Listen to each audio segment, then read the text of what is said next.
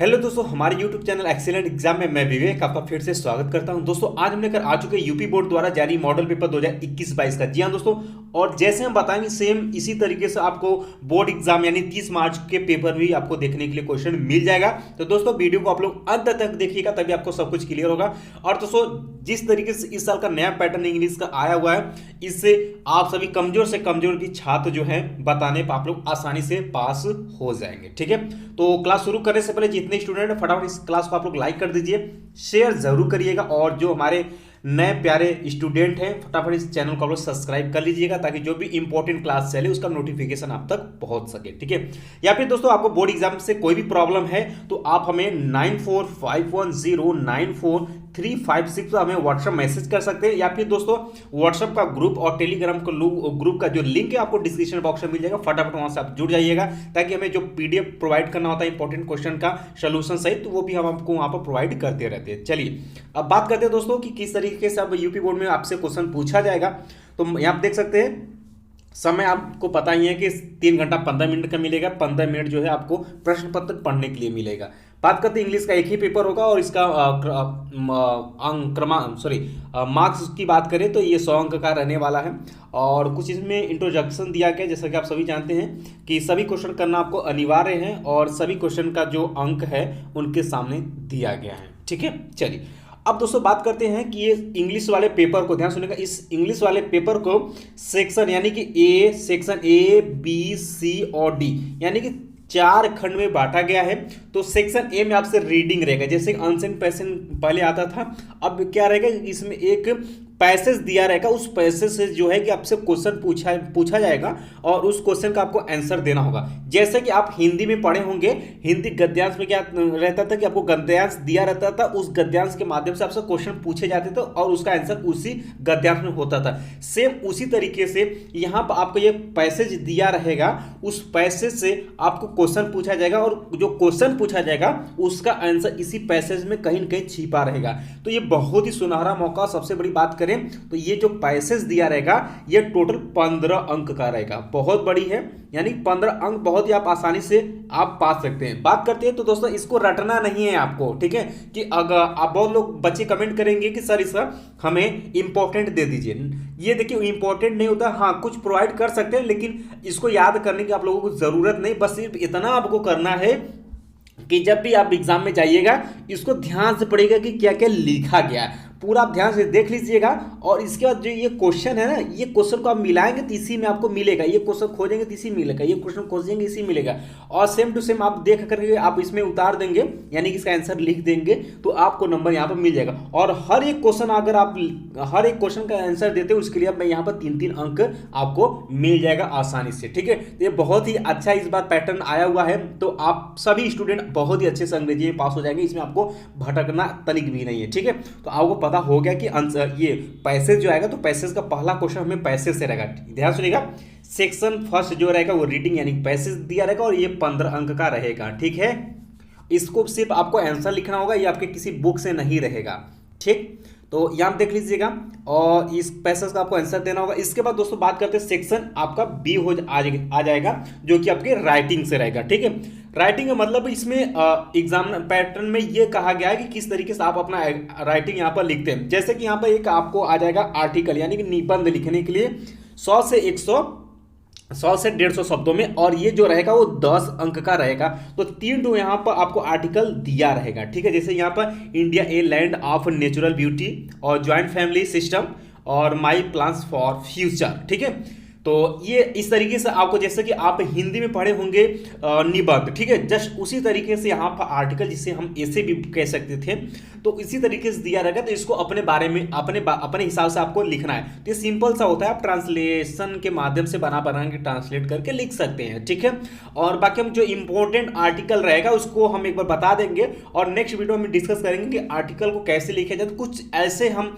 आपको हेडिंग बता देंगे जो कि आपका लगभग कॉमन रहता है, तो उसको अगर 2-4 हेडिंग भी आप याद रखेंगे तो आप आसानी से इसमें लिख सकते हैं। ठीक है, आप परेशान मत होइएगा। तो आज के सेशन सिर्फ आपको समझाना है कि प्रश्न पत्र कैसे आ गया, क्योंकि बहुत सारे स्टूडेंट का कंफ्यूजन रहता है कि हमें क्वेश्चन ही नहीं समझ में आया कि इसमें क्या करना था। चलिए ठीक है, तो आपका सेक्शन बी में आपका क्वेश्चन नंबर 2 में आपको ऐसे यानी कि आर्टिकल 3 ठो दिया रहेगा, किसी एक को लिखना पड़ेगा, चाहे आप ये करिए ये करिए ये करिए, एक ठो आपको लिखना होगा 100 से 150 शब्दों में। चलिए क्वेश्चन नंबर 3 जो है आपका, ये आपका क्वेश्चन नंबर 3 लेटर लिखने के लिए आएगा, ठीक है। यहाँ पर क्या आएगा भाई, लेटर लिखने के लिए, ठीक है। तो लेटर लिखने के लिए, तो लेटर कैसे लिखा जाता है इसको भी हम लोग नेक्स्ट वीडियो में डिस्कस कर लेंगे, हम आपको बता देंगे। उतना आपको सेंटेंस याद कर लेना, 4-5 बार आप लिखेंगे तो आपको हैबिट हो जाएगी कैसे हम लेटर लिखते हैं। बाकी लेटर लिखने का तरीका सेम टू सेम होता है, यानी कि एप्लीकेशन लिखने का तरीका जैसे आप जानते हैं कि हमने आपको पत्र लेखन जैसे हिंदी में आप लिखते हैं लगभग पत्र लेखन, उसी तरीके से इंग्लिश में आपको यहाँ पर लिखना होता है, ठीक है। चलिए, तो आपको क्वेश्चन नंबर 3 समझ में आएगा, यानी कि यहाँ पर 2 दिया रहेगा, एक का आपको लेटर लिखना पड़ेगा, ठीक है। चलिए अब दोस्तों बात करते हैं सेक्शन बी आपका राइटिंग से। यहाँ सेक्शन बी आपका 20 अंक का रहेगा राइटिंग से, ठीक है। 10 अंक आपका क्या हो जाएगा आर्टिकल यानी निबंध हो जाएगा, और 10 अंक आपका क्या हो जाएगा, लेटर हो जाएगा।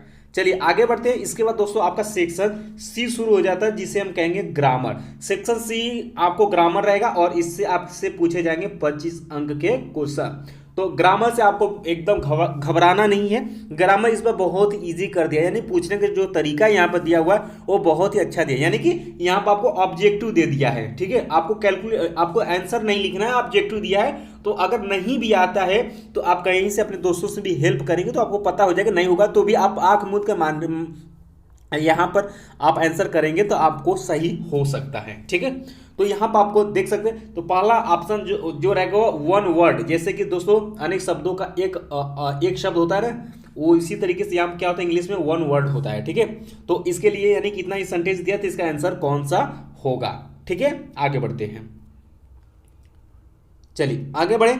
अगला आपसे इसी तरीके से ये भी पूछेगा, तो ये भी आपको करना पड़ेगा। और इसी तरीके से दोस्तों अब आपका सी ऑप्शन में आपको क्या हो जाएगा, सिनोनिम्स पूछेगा, ठीक है। सिनोनिम्स मीन्स क्या होता है भाई, समानार्थी शब्द। क्या होता है, समानार्थी शब्द। तो हिंदी में जैसे समानार्थी शब्द पढ़ते हैं उसी तरीके से इसमें भी आपको कर लेना है, ठीक है। चलिए आगे बढ़ते हैं दोस्तों। अगला इसी में डी आपको मिलेगा, और ये दोस्तों आपको दिया रहेगा, इसमें आपको ईरर छाटना पड़ेगा, ठीक है। जैसे कि आपको ये सेंटेंस दिया रहेगा, इस सेंटेंस में क्या ईरर है, वो ईरर आपको 4 ऑप्शन में दिया कि क्या इसमें गलतियां हुई है, क्या नहीं रहना चाहिए था, ठीक है। तो बात करते हैं, जैसे कि यहाँ पर one should do his duty, तो इसमें क्या आपका ईरर है दोस्तों, हिज यहाँ पर नहीं होना चाहिए, यहाँ पर वंस होना चाहिए था, ठीक है। चलिए, तो इस तरीके से आपको यहाँ पे ईरर देखना होगा, 4 ऑप्शन आपका दिया रहेगा, आपको इसमें सही आंसर लिखना पड़ेगा। और दोस्तों नेक्स्ट वीडियो में डिस्कस करेंगे किस तरीके से आप इंग्लिश का प्रश्न पत्र हल करेंगे, यानी कि इंग्लिश लिखने का तरीका कैसे, यानी कि आप कॉपी कैसे इंग्लिश का लिखेंगे, इसके लिए हम एक नया वीडियो बनाएंगे, उसी तरीके से आपको लिखना पड़ेगा, ठीक है। तो उससे आपको एग्जामिनर का पहली पर्सन उसी विधि से, अगर उस विधि से करते हैं तो आपको अच्छा से अच्छा नंबर मिलेगा। चलिए आगे बढ़ते हैं।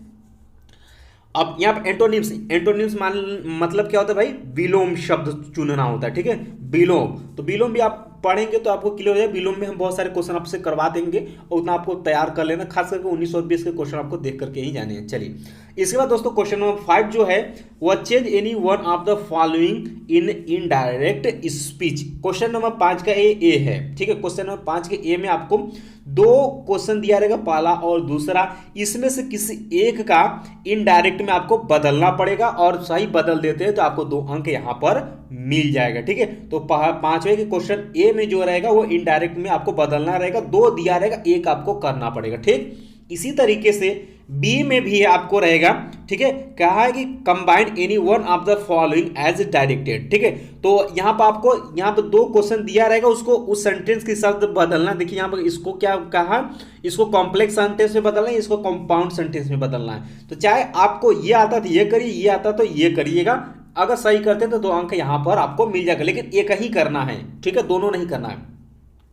इसी तरीके से सी वाला है कि change any one of the following as direct, यानी कि इसके आगे दिया है, यानी कि 2 दिया रहेगा, एक को आपको क्या करना पड़ेगा, जो आपको सही आता है उसको करना पड़ेगा, एक ही करना है, ठीक है। 2 में से एक ही करना है। देखिए इसको पैसिव वाइज में चेंज करना है, इसको कंपैरेटिव डिग्री में चेंज करना, अगर जो आपको आता है वो उसमें आपको बदल देना, लेकिन एक ही करना है, दोनों मत करिएगा, ठीक है।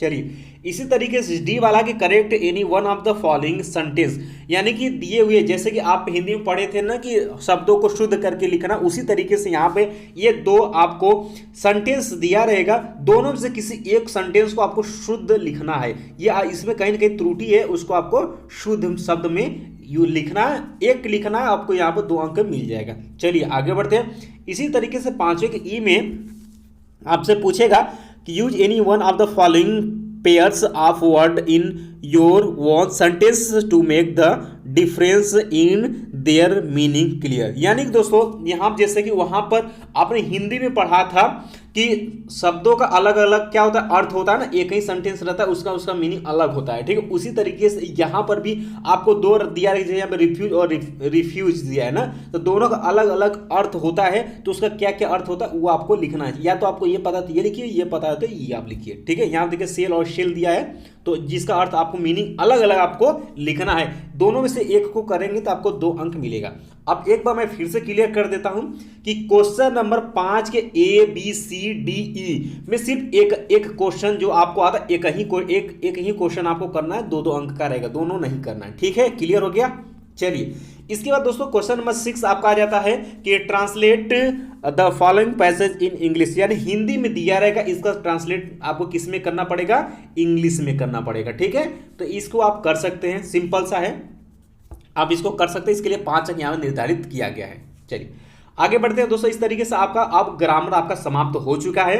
अब शुरू होता है आपका सेक्शन डी लिटरेचर, यानी कि दोस्तों आपके बुक से, यानी इंग्लिश वाले बुक से आपके क्वेश्चन यहां पर शुरू होता है, ठीक है। तो बात करते हैं दोस्तों क्वेश्चन नंबर जो 7 मिलेगा, ये आपके प्रोज से मिलेगा। किससे मिलेगा, प्रोज से, ठीक है। तो क्वेश्चन नंबर 7 और 8 जो है आपके प्रोज से रहेगा। तो प्रोज से टोटल 15 अंक के क्वेश्चन आपसे पूछे जाएंगे, वो बहुत ही सिंपल से क्वेश्चन पूछे जाएंगे। चलिए तो क्वेश्चन नंबर 7 कहता है कि answer the following question in about 40 word में, यानी कि दोस्तों कम से कम आपको 40 शब्दों में यहाँ पर आंसर देना है। और यहाँ ध्यान सुनिएगा, ए में आपको देखिए 2 क्वेश्चन दिया रहेगा, एक आपको करना पड़ेगा जो आपको आता है, ठीक।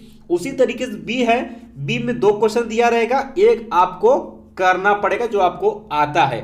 इसके लिए इसके लिए आपको 4 अंक इस पर यानी 8 अंक आपको इस 2 आंसर लिखने पर आपको मिल जाएंगे, ठीक है। अब कितने शब्दों में लिखना है, 40 वर्ड में आपको यहाँ पर आंसर देना है। इसके बाद दोस्तों प्रोज से क्वेश्चन नंबर 8 भी पूछेगा कि answer any one of the following in about 80 word. कम से कम दोस्तों आपको 80 वर्ड में, यानी कि ये लॉन्ग क्वेश्चन है। कौन सा, ये लॉन्ग टाइप क्वेश्चन है, और ये आपको 7 अंक का पूछेगा, लेकिन इसमें 2 दिया रहेगा। देख सकते हैं क्वेश्चन नंबर 8 के ए है, बी है, 2 दिया है ए और बी में से किसी एक को आपको करना पड़ेगा जो आपको सही आता है। क्लियर हो गया। यानी कि आपने क्या सीखा कि क्वेश्चन नंबर 7 में प्रोज का 60 क्वेश्चन का आंसर देना है, और 8 में प्रोज का लॉन्ग टाइप क्वेश्चन का आंसर देना है, और इसमें क्या है 2 ए बी में से एक को आपको करना है, ठीक है। इसके लिए 7 अंक यहाँ पर निर्धारित है। चलिए अब बात करते हैं दोस्तों क्वेश्चन नंबर जो 9 है। अब आपके ये किससे शुरू हो जाता है, पोएट्री से, ठीक है। ये आपका किससे शुरू हो जाता है, पोएट्री से। तो क्वेश्चन नंबर 9 में आपको क्या दिया रहेगा, read the following extent carefully and answer the question that follow. यानी कि दोस्तों यहां पर आपको 3 क्वेश्चन पूछेगा और एक क्वेश्चन आपका 2 अंक का रहेगा। यानी कि दोस्तों पोएट्री से यहां पर आपको पोएम दिया रहेगा, ठीक है, ठीक है। तो अब इसमें आपसे क्वेश्चन पूछेगा। देख सकते हैं कि ये आपका यहाँ पर ये आपको क्या दिया है, पोएम दिया हुआ है, और यहाँ पर देखिए क्वेश्चन पूछा ए बी और सी दिया हुआ है, ठीक है। अब ध्यान सुनिएगा, इसमें आपका जो फिगर ऑफ स्पीच है, ध्यान सुनिएगा, फिगर ऑफ स्पीच मैंने पिछले वीडियो में आपको बताया था कि फिगर ऑफ स्पीच का आपको परिभाषा लिखने के लिए नहीं पूछेगा, उदाहरण आपके लिखने के लिए नहीं पूछेगा, इसी में आपसे पूछ देगा कि इसमें कौन सा अलंकार है, ठीक है। जैसे कि हिंदी में आपने पढ़ते हैं, देखते हैं ना कि आपके काव्य में क्या पूछता है कि इसमें कौन सा अलंकार, उसी तरीके से अब इसमें भी पूछेगा कि ये जो आपको यहाँ पर एक्सट्रैक्ट दिया रहेगा, यानी यहाँ पर आपका जो ये पोएम दिया रहेगा, इसी से आप डायरेक्ट आपसे पूछ देगा कि इसमें कौन सा आपका फिगर ऑफ स्पीच है, ठीक है। इस तरीके से आपसे पूछ सकता है, और आपको फिगर ऑफ स्पीच अलग से अब लिखने के लिए नहीं आएगा। क्लियर है। चलिए उस पर आपको समय नहीं बर्बाद करना है। अब पढ़ते क्वेश्चन नंबर 10 पर कि बोला है right the centre idea in any one of the following poems, यानी दिए हुए पोएम का आपको किसी एक का आपको सेंट्रल आइडिया लिखना है, और आपको 3 ठो दिया रहेगा, एक आपको लिखना जो आपको पसंद है वो लिखिएगा। कल हम डिस्कस करेंगे सेंट्रल आइडिया पर। तो दोस्तों सेंट्रल आइडिया एक तरीके से कहें तो उसमें आपका क्या होता है कि जैसे किसी भी पोएम का उद्देश्य यानी कि उसमें राइटर क्या कहा है वही आपको सेंट्रल आइडिया में लिखना होता है। ये हम आपको बता देंगे कौन कौन से सेंट्रल आइडिया आपके इंपॉर्टेंट रहने वाले हैं। चलिए, और ये सही कर लेते हैं, 4 अंक आपको यहाँ पर मिल जाता है। आगे बढ़े। अब दोस्तों बात करते हैं क्वेश्चन नंबर 11 आपके सप्लीमेंट्री से शुरू हो जाता है। ठीक है, सप्लीमेंट्री से यहाँ से क्वेश्चन नंबर 11 शुरू हो जाता है। तो ये इसमें सप्लीमेंट्री से टोटल 15 अंक के क्वेश्चन पूछे जाएंगे। 15 अंक के क्वेश्चन सप्लीमेंट्री से आएंगे और 15 अंक आपके प्रोज से हो गए, 10 अंक आपके किससे हो गए, पोएट्री से हो गए। क्लियर हो गया। चलिए अब बात करते हैं दोस्तों, तो क्वेश्चन नंबर जो 11 है ये कहा है कि answer the following question in about 40 word. जिस तरीके से प्रोज में पूछा उसी तरीके सेम टू सेम पूछा है। यानी कि दोस्तों ए में आपको 2 क्वेश्चन दिया है आर करके, जो इसमें आपको सही समझ में आता है उसका आंसर आप करेंगे, 40 शब्दों में लिखेंगे, 4 अंक आपको यहां पर मिलेगा। बी में भी आपको 2 क्वेश्चन है, एक जो आपको सही समझ में आता है उसको लिखेंगे तो 4 अंक आपको यहां पर मिल जाएगा। तो टोटल यहां से हो गया आपके 8 अंक। इसके बाद दोस्तों बात करते हैं क्वेश्चन नंबर 12 आपके सप्लीमेंट्री से लॉन्ग टाइप का क्वेश्चन पूछेगा और ये आपसे पूछेगा 80 शब्दों में। ठीक है, तो इसमें ए और बी 2 करके दिया रहेगा, किसी एक का आपको जो सही समझ में आता है उसका आपको कम से कम 80 शब्दों में उसका उत्तर आप देते हैं तो 7 अंक आप यहां से पा जाएंगे।